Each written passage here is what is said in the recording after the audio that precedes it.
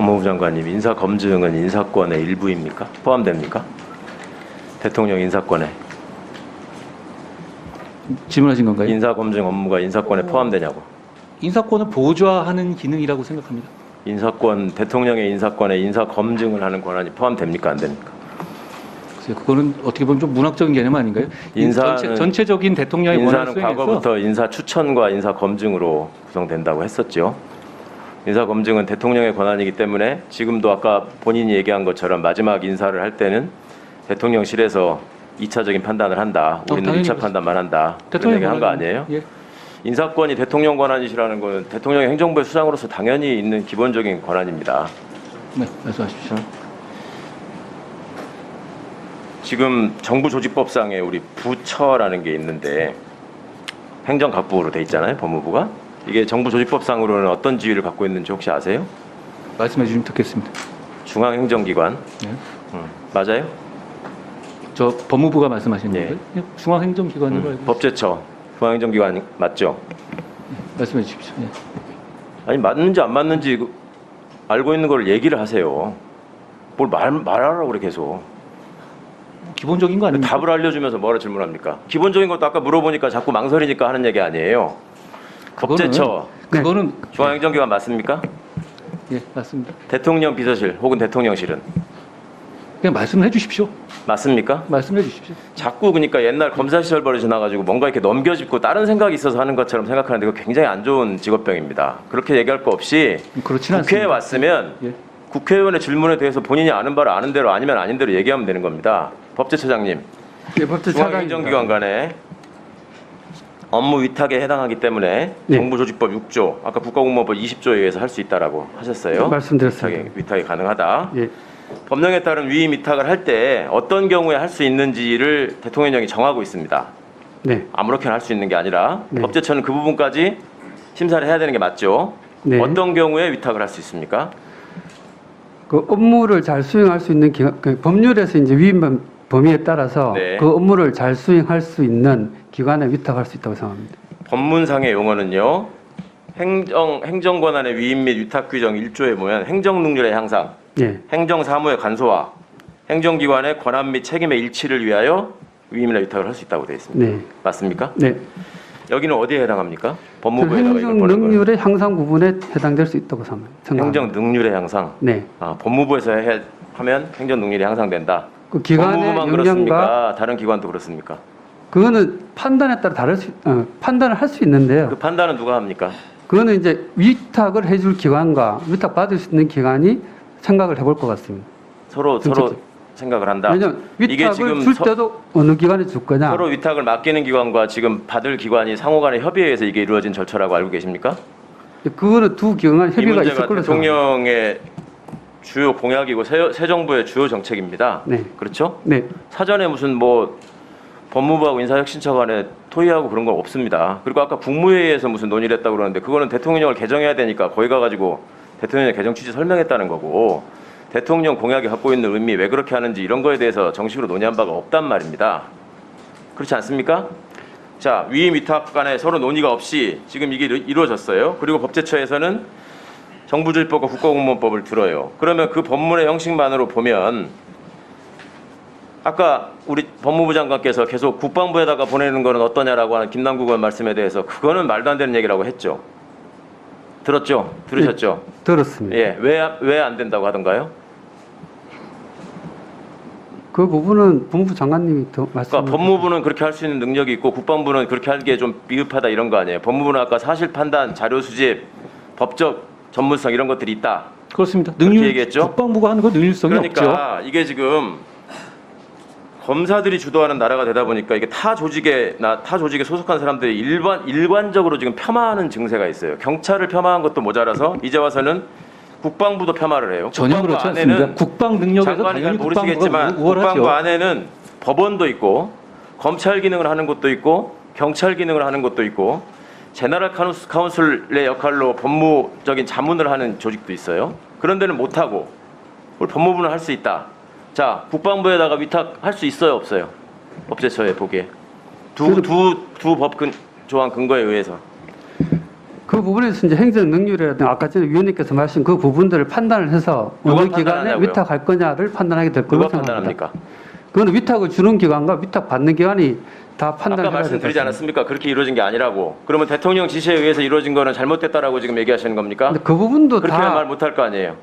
그 권한을 가진 자, 사람과 반대로 얘기해 받을 봅시다. 사람이 그 부분에 대한 협의가 이 분명히 논의가 조항에 있을 거라고 의하면 생각합니다. 지금 차장께서 지적하신 조항에 의하면 그런 협의가 전제되어 있는 게 전혀 없기 때문에 지금 그걸 근거라고 하기 때문에 드리는 말씀이에요. 자, 그런 위임 위탁 규정에서 본연의 업무가 아닌 것을 위탁해서 중앙행정기관에 할 수 있다라는 게 지금 법무부와 법제처의 주장이에요. 그러면 법제처가 지금 법령 해석 업무 하고 있죠. 네, 법무부도 하고 있죠. 예, 알고 법무부는 이제 있죠? 법무부 소관 법령에 대해서 해석을 그거 하고 있습니다. 아니고 다른 정부에서 물어오는 거에 대해서도 할 수 있는 기능이 있습니다. 법무실에. 잘 보시면. 자, 확인해 그러면 법무부는 그런 기능 갖고 있어요. 법제처의 법령 해석 기능 전부를 떼가지고 법무부에 넘길 수 있습니까? 없습니까? 처장님 얘기대로 하면 그거 가능해야 돼요. 그 다음에 법무부 장관 말씀해 보세요. 법무부 검찰국을 두는 이유가 검찰 인사에 관한 장관의 권한 보좌하기 위해서 검찰국 업무 주요 업무 중에 인사 업무가 있죠. 예. 예? 예. 자, 법무부 장관 권한으로 검찰 인사와 관련해서 안 그래도 법무부가 권한이 막강하고 장관이 2인자의 소통령이나 이런 소리 듣는데 억울하기라도 해서 공정성과 투명성이 중요하니까 이것을 나는 전문성이 있는 인사혁신처에다가 위탁하겠다. 돼요, 안 돼요? 법률적으로 가능한 거하고 어. 그런 일을 하는 거는 다르죠. 아까 국방부 아니, 그러니까 말씀하셨는데 법률적으로 가능하다고 하니까 법률적으로 가능한지 누가 묻는 그걸 거 해가지고 아니에요? 능률성이 있다고 말을 법률적으로 하겠습니까? 가능합니까? 예? 법률적으로 가능합니까? 법률적으로 가능하지만 여기서 말하는 가능하죠. 것처럼 아닙니다. 능률적으로 그 문제 판단해야 되겠죠. 그 주체는 당연히 그 행정부입니다. 문제를 판단하는 것이 그러니까 행정부죠. 왜 능률만 놓고 판단하는 게 아니라 지금 두 분이 굉장히 잘못 알고 계시는 게 행정기관의 권한과 책임의 일치를 위해서 가능한 일이에요. 대통령 비서실은 왜 가능했냐면 대통령의 인사권을 보좌하는 중앙행정기관이기 때문에 권한과 책임을 일치시키기 위해서 그것을 한 겁니다. 저는 의원님 생각에 동의하지 않습니다. 국민은 호소하지 마시기 바랍니다.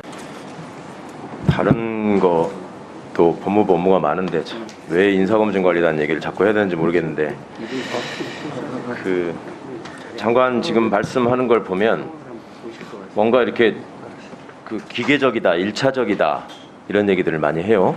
그랬었죠. 업무 자체가. 그리고 또 뭔가 좀 깊은 거나 뭐 저기를 물어보면 지난 정부도 그렇게 했다라고 하면서 곤란을 피하려고 하는 것 같고 그런 취지는 아니고요. 이게 연속되는 이게 지금 동일한 업무라는 말씀을 드린 거예요. 연속되는 동일한 업무라는 거를 그렇게 표현하지는 않죠. 저는 그런 거기서 뜻으로 그랬는데 왜 우리한테만 나쁘다고 하느냐 이런 식으로 얘기를 하는데 아니, 저는 그렇게 첫 번째로 말씀드린 게 그리고 의아했던 것은 그간에 어디서 이거에 대해서 얘기할 때 보면은 제가 굳이 그거를 영어로 표현을 하길래 기억을 하는데 차이니스 월이라는 말을 반복해서 쓰다가 이제는 또 안 쓰시더라고. 아닙니다. 그건 지금 쓰고 있습니다. 그러면은 장관은 보고를 받습니까 안 받습니까? 최종적으로 나가기 직전에 제가 봤습니다. 보고를 받죠. 최종 나가기 자, 전에 계속 그리고 제가 차이니스 월이라는 투명성을 다른 부서가 강조하면서 말씀드린 거예요. 이게 지금 왜 자꾸 반대하는지 이유를 모르겠다 그랬어요. 화면 한번 보시겠어요?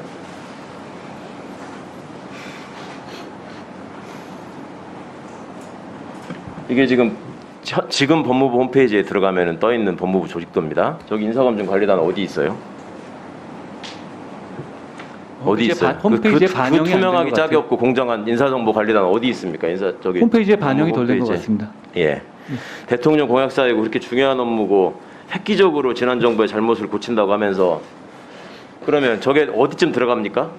제 그려지게 직속입니다. 되면. 제 직속입니다. 보조기관입니까? 보좌기관입니까? 제 직속 기관입니다. 보조기관입니까? 보좌기관입니까? 법적인 용어를 물었습니다. 글쎄요. 정부조직법에 보면 중앙행정기관은 보조기관하고 보좌기관을 둘 수 있어요? 예.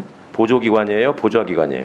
글쎄 제가 그 부분에 제가 정확하게 몰라요? 모르겠는데 말씀해 주십시오. 본인들이 쓴 보고서에다가 보좌기관이라고 써놔놓고 그걸 몰라요. 지금 인사 여기 단장 오셨죠?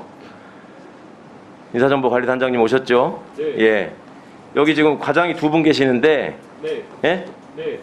국장님은 인사처에서 오신 것 같고, 나머지 과장 두 분은 어디서 오셨어요? 검사 한 분하고요. 검사 검사, 한 분하고 저기 국무조정실에서 왔습니다. 국무조정실에서 지금 보고서에 보면 국무조정실, 인사혁신처, 교육부, 국방부, 국세청, 경찰청, 감사원, 국정원, 금융감독원 이렇게 써놨어요. 그죠? 이분들 왜 와 있어요? 해당 분야의 전문성 때문에 온 거죠. 네, 그렇습니다. 예, 앉으십시오.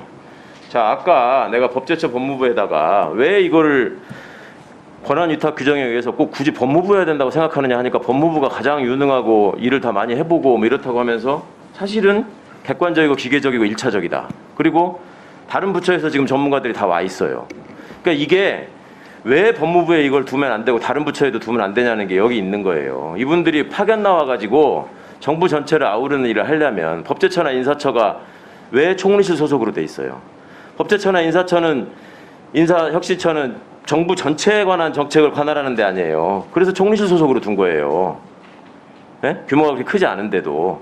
그렇지 않습니까? 네. 근데 지금 막무가내로 위임 규정이 있고 위탁 규정이 있고 해당 법률이 있으니까 그렇게 할 수 있다라고 해버리시고 아까도 왜 그러냐고 하니까 능률이나 효율성을 말씀하시면 단적으로만 얘기하면 그러면은 집회시위 관리 업무를 경찰청이 좀 더 효율적으로 능력이 있는 국방부로 넘기겠다.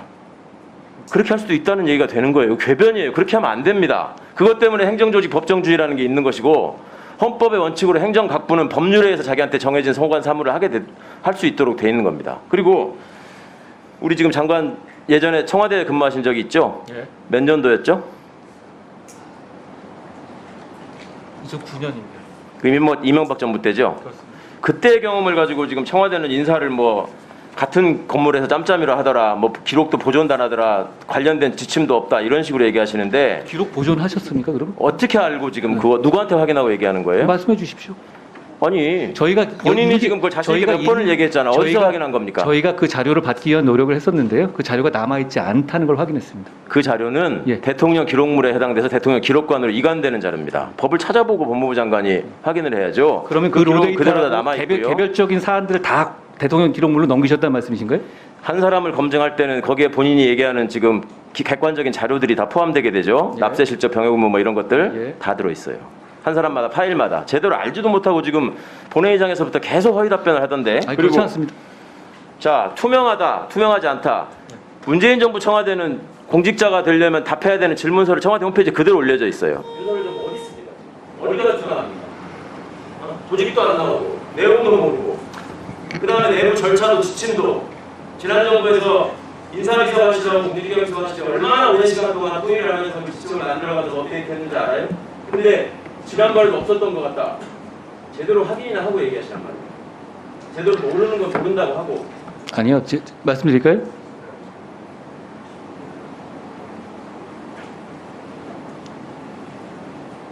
예, 장관님, 최강욱 의원님 말씀드릴까요? 질의하셨으니까 아니면 뭐 답변하십시오. 그냥 답변할까요? 장관님 답변하십시오. 예. 제가 말씀드린 것은 아까 기계적 1차적 말씀이 역시 전문성이 있는 작업입니다. 해보셨으니까 알 텐데요. 거기에 대해 전문성이 있는 작업이기 때문에 그게 아무나 해도 된다는 뜻은 당연히 아니고요. 그리고 인사처에서 여기 이 건에 우리 이 법무부의 인사관리단에 대해서 이런 입장을 냈었습니다. 범죄 경력과 재산 형성 과정, 납세 여부 등의 법률 위반 여부를 포함한 다양한 법적 쟁점 검토가 필요하기 때문에 법무부에 위탁하는 것은 합리적이라는 입장을 인사혁신처에 냈다는 말씀을 드립니다. 네, 수고하셨습니다.